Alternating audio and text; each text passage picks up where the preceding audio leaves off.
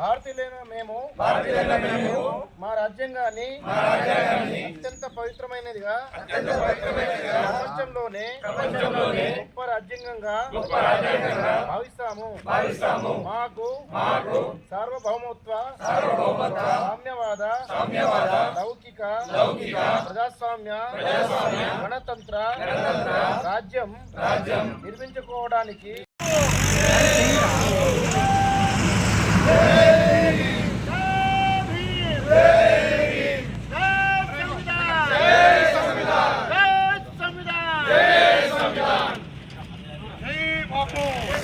కార్యక్రమం యొక్క ముఖ్య ఉద్దేశం ఏంటంటే, గతంలో పార్లమెంట్లో అమిత్ షా గారు నోటికొచ్చినట్టుగా మాట్లాడడం, భారత రాజ్యాంగం రాసినటువంటి బాబాసాహెబ్ అంబేద్కర్ గారి గురించి, అలాగే రాజ్యాంగాన్ని మారుస్తామనే భావనతో మాట్లాడినటువంటి మాటలు, అలాగే మనకి స్వతంత్రం తెచ్చినటువంటి మహనీయుల గురించి కూడా వాళ్ళు చులకనగా మాట్లాడడం, ఇట్లాంటి పరిస్థితుల్లో రాజీవ్ గాంధీ గారి స్టెప్ తీసుకొని ఈ యొక్క కార్యక్రమాన్ని ఇంట్రడ్యూస్ చేయడం జరిగింది.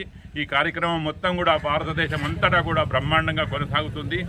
భారత రాజ్యాంగం మనకు కల్పించిన హక్కులలో భారత రాజ్యాంగంలో ఉన్నటువంటి ప్రజలందరూ సమభావనతోటి ఆర్థికంగా, మానసికంగా, విద్యాపరంగా ఈక్వల్గా ఉండాలనే భావనతో ఎస్సీ, ఎస్టీ, బీసీ మైనారిటీలను కూడా ఉన్నత కులస్తులతో పాటు ఆర్థికంగా ఎదగాలనే భావంతో రిజర్వేషన్లు పెట్టడం జరిగింది. అట్లాంటి రిజర్వేషన్లు కూడా తీసేద్దామనే భావన వీళ్ళు వ్యక్తీకరించిన పక్షంలో బాధ కల్పించే విషయం, ఈ 70-75 సంవత్సరాల నుంచి రిజర్వేషన్లు ఉన్నప్పటికీ కూడా ఉన్నత కులాలతో పాటు సమానంగా ఎదగలేని పరిస్థితి ఇలా ఎస్సీ, ఎస్టీ, బీసీ మైనారిటీలకు ఉంది. కాబట్టి ఈ రిజర్వేషన్లు ఇలాగానే కొనసాగాల. ఈ రిజర్వేషన్ల పట్ల వాళ్ళు ఏమన్నా స్టెప్ తీసుకుంటే మట్టుకు ఊరుకునే ప్రసక్తి లేదనే భావన వ్యక్తీకరిస్తూ, ఆ రోజు భారత రాజ్యాంగం ప్రజాస్వామ్య విలువలతో, సెక్యులర్ భావాలతో రాసినటువంటి రాజ్యాంగం ఆ రోజే రాజరికంగా కానీ, నియంత్రిత పోగడలతో కానీ రాసి ఉంటే ఇవాళ అద్వానీ అంటున్నాను, మన మోడీ గారు కానీ, అమిత్ షా గారు కానీ ప్రధానమంత్రి అయ్యేవారా అని మిమ్మల్ని అడుగుతున్నాను. భారత రాజ్యాంగంలో ఓటుకు హక్కుకున్న విలువతోటే మీరు ఇవాళ ఆ పదవిలో అధిరోహిస్తున్నారు. అది మీరు దృష్టిలో పెట్టుకోవాలి.